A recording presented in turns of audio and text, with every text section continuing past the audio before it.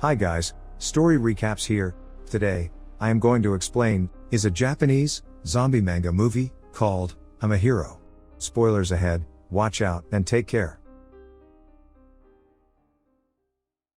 Hideo Suzuki, a manga artist assistant, is sitting in an office drawing with his coworkers while listening to the news. A 45-year-old woman was brutally bitten by a dog, according to a news reporter. Because the woman began babbling nonsense after the incident, the authorities were unable to determine what had occurred. The following news item covers a 35-year-old man who was arrested for committing obscene activities. One coworker notes how strange the news has become, while another coworker, Matani, mocks Suzuki and manga artists. Suzuki goes on to say that manga is the pinnacle of Japanese culture and that becoming a manga artist is a privilege. He inspires his coworkers, and everyone exclaims, "Manga is the best." Suzuki returns home late at night. He sketches and watches TV in his apartment with Teko, his passive-aggressive lover. He considers his manga prize, as well as inspirational statements such as the Steve Jobs of manga world and the road to manga, is tough. Suzuki is looking for ideas for his next comic, so he pulls out a gun from his cabinet and examines himself in the mirror. At the publisher's office, where Suzuki is showing his new manga comic about a macho guy protecting his fiancée with a rifle, everyone is sick and coughing in the morning. The publisher dislikes the comic, claiming that the protagonist is too ordinary, and instructing Suzuki to improve his work in the future. Suzuki is then approached by Sensei, another manga artist. Sensei is more well known than him, although they shared the award for Best Newbie Manga Artist 15 years ago. Suzuki later fights with Teko in his apartment, who wants to sell the rifle so they can at least make some money and pay their rent. She also wants to sell his manga books and his prize. Suzuki's failures and unrealized goals of becoming the next best manga artist irritate Teko. So she breaks up with him and kicks him out of the flat in a fit of wrath.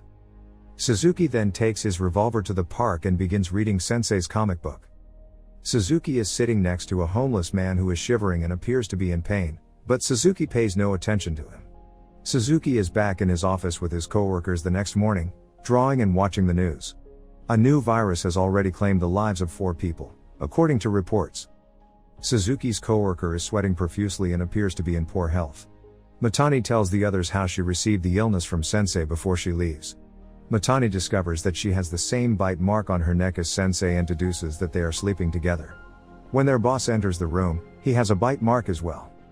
They are perplexed and inquire about the deadline, but they fail to notice his eyes darkening.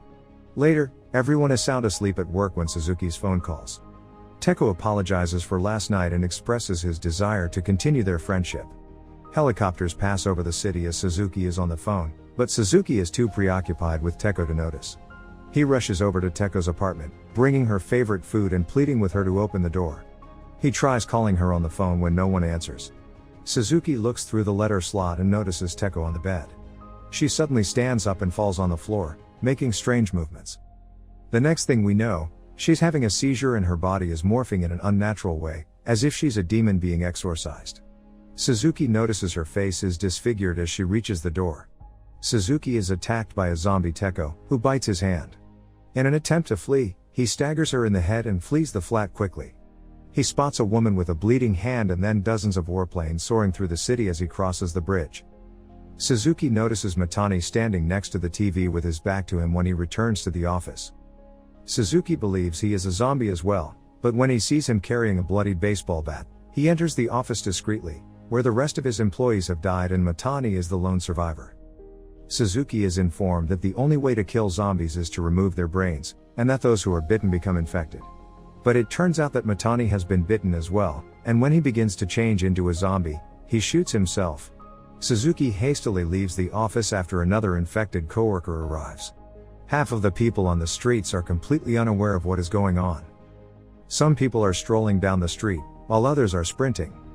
Within minutes, people begin to notice that there are demonic-looking zombies among them. Suzuki rushes up to a police officer, but the cop is also a zombie and begins chasing him.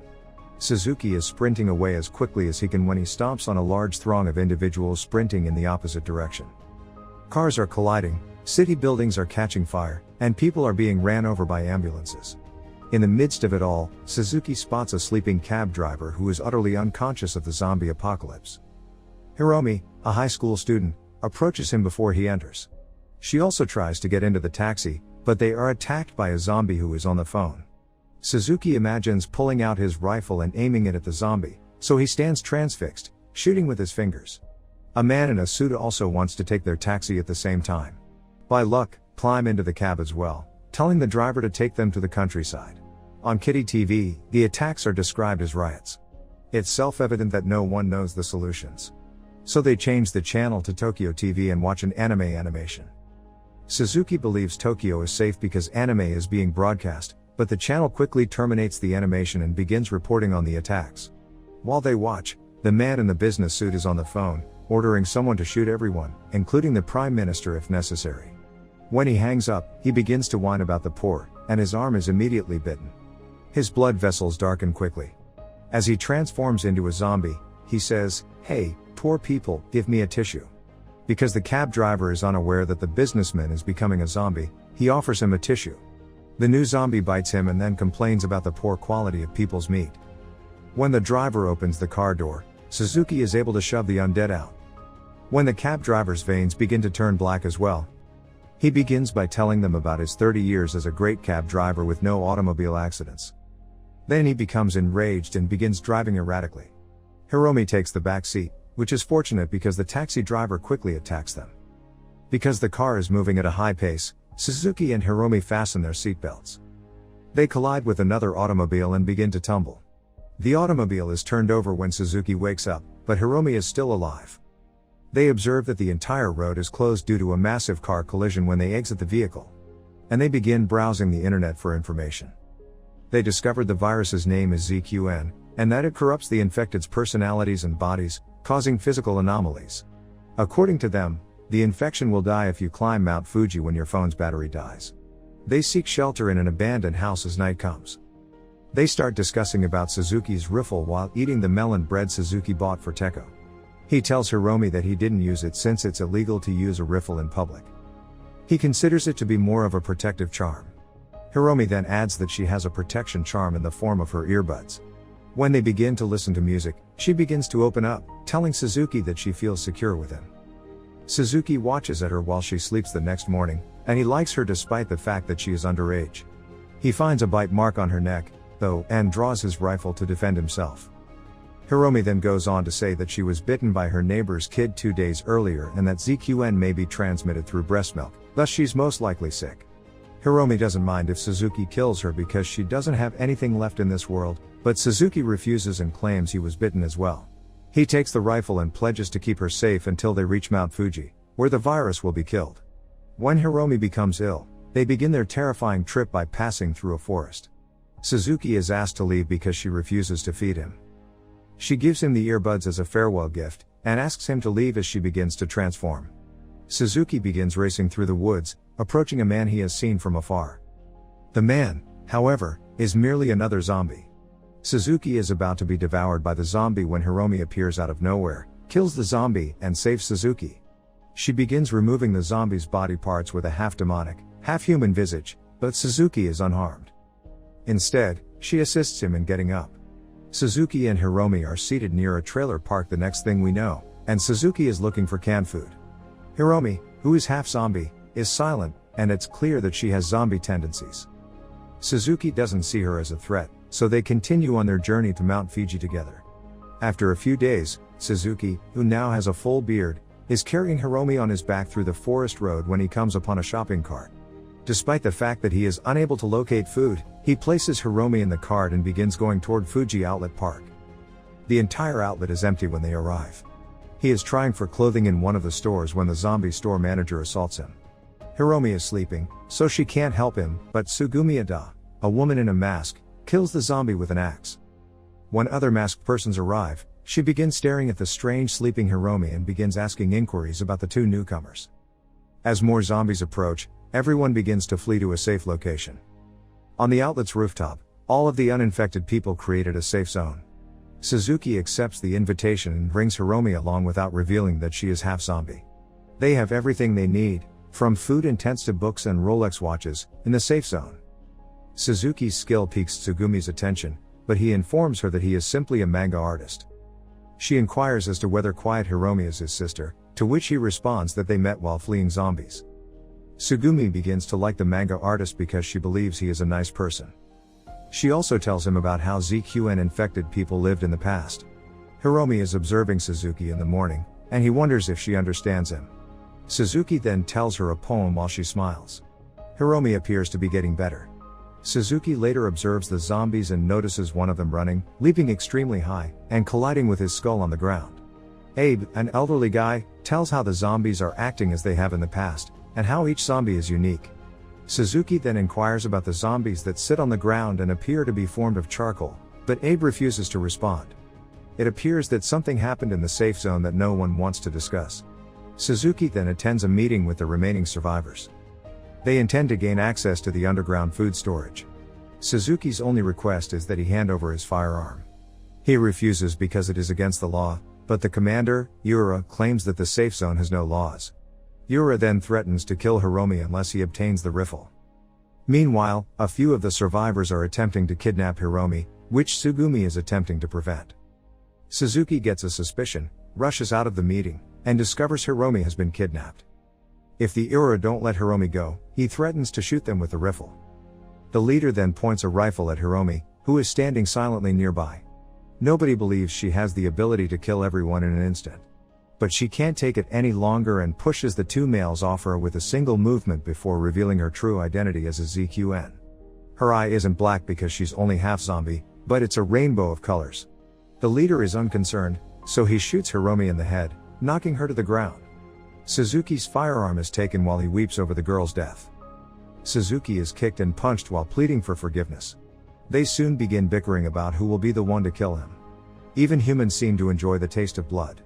Everyone begins to attack one another, and Ura is quickly deposed by someone else. Suzuki is left alive, and he comes across Tsugami in front of Hiromi's tent. She managed to hide Hiromi, who is still alive, with the help of Abe. Tsugami tells Suzuki that Hiromi is different from the other ZQN because she has a pulse. She also informs him about how she shirked her responsibilities and left her patients alone in the hospital, praising Suzuki for saving Hiromi. Suzuki is still upset that he wasn't able to kill Ura and that he misplaced his gun. He believes he is a coward and a loser, but Tsugami assures him that he is simply a nice guy. Suzuki then apologizes for being a human with no redeeming traits and begs Tsugami to look after the girl while he and the others walk to the food stockpile. Later, a few survivors use pans to attract the zombies' attention to the roof, while the rest of the survivors make their way to the underground food storage from the other side of the structure.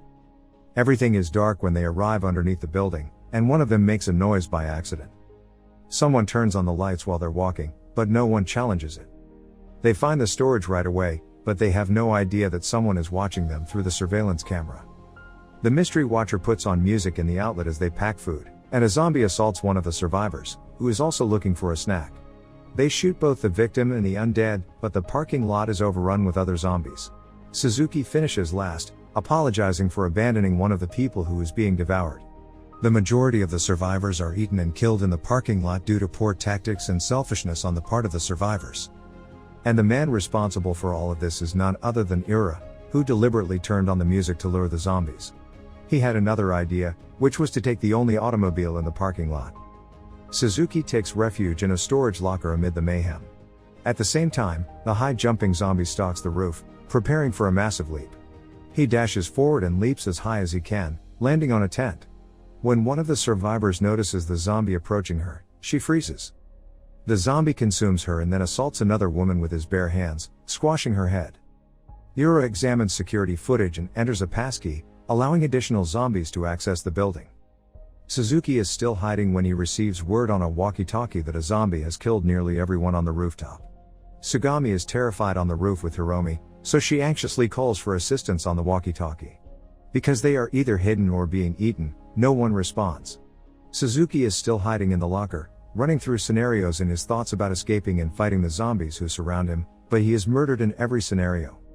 He decides to stay in the locker because his fear and imagination are getting the best of him, but he hears Tsugami crying on the walkie-talkie, which reminds him of Hiromi.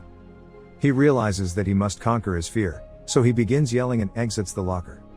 Suzuki is ambushed by a zombie who attacks him right away.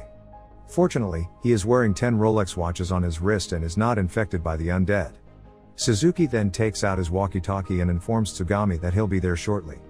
However, the two of them agree to meet in the parking lot and share one of the vehicles. Tsugami is carrying Hiromi on her back as Suzuki fights zombies with his ingenious tactics such as spreading rice on the floor to make the monsters slip.